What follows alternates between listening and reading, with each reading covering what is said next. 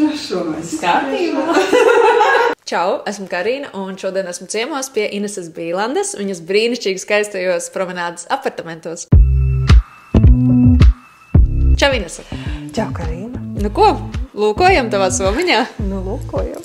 Pats pirmais noteikti, kas man ir vienmēr somā, tas ir mans telefons.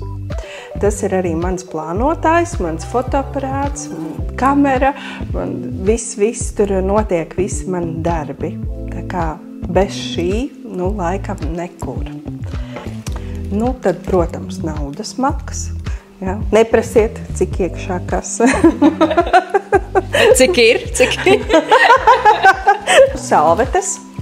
Ja ir prieka asaras gadījumā, vai kādam ir jāpalīdz, tad man ir, ka vīriešiem tie kabatas lakatiņi bija jānēsā kabatās, un tā skaitījās džentlmeņu pazīme, ka varēja izņemt kabatas lakatiņu un iedot dāmai, kad viņš ir tad es nebūšu džentlmenis, bet, tāda laba maniera varbūt ir kādam palīdzēt iedot. Tad neatņemama sastāvdaļa man somiņā ir blociņš, kladītes, blociņi, man viņi mēdz arī vēl visādi mainīties atkarībā pēc tēmām un ko es tanī dienā satieku un daru vai vēl kaut kas. Bet pārsvarā, piemēram, šis man ir idejām kaut kādiem pasākumiem, ko es pati organizēju, vai kad man ir individuālās tikšanās ar sievietēm. Un ja man apnāk šī doma, kas noteikti ir jāpasaka, jāparāda vai kaut kas, tehnika, ideja, tad tas viss tiek piezīmēts blociņā. Tad ir vēl viens īpašs blociņš, un tur ir tādas mazās frāzītes. Viņš vēl nav piepildīts, es viņu taiku pa laikam pildu. Tad, kad es pēc kādas sarunas ar kādu sievieti vai, kaut kur dzirdētas vai izlasītas tādas frāzes, kas liek aizdomāties, liek mums padomāt un vērtīgs atgādinājums mums ikvienam. Un tad es vienkārši varu parādīt, iedot un kaut ko netīšām atverot. Varbūt tieši šī frāze ir vajadzīga mums tanī brīdī. Piemēram, tavs iekšējais skaistums atspoguļojas pasaulē.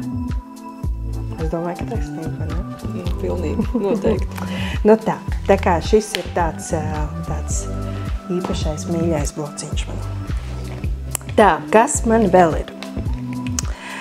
Vēl man ir tādi arī sieviešu ieroči. Lūpu spīdums ikdienā ir tāds, un tad arī sarkanā lūkrās. Tās man patiesībā ir visur. Man mājās kāda ir vansistabā, tur koridorā, kaut kur man sarkanās lūkrās ir vairākas kaut kur.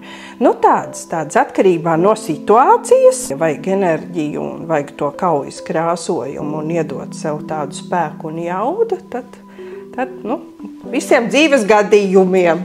Tad vēl man ir smaržiņa, parfīmeļa tā ir, jo es veikala smaržas jau diezgan daudz gadus nelietoju.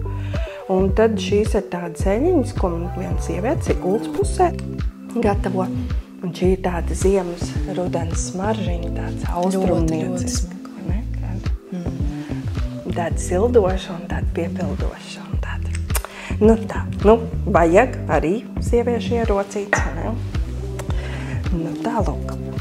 Noteikti pildspalvas, jo man ir jāraksta, jāpieraksta, un ja kādam arī jāiedod, lai pieraksta kaut ko, tad ļoti svarīga lieta, ko es domāju, kas noteikti ir gandrīz visu sieviešu rokas somiņās.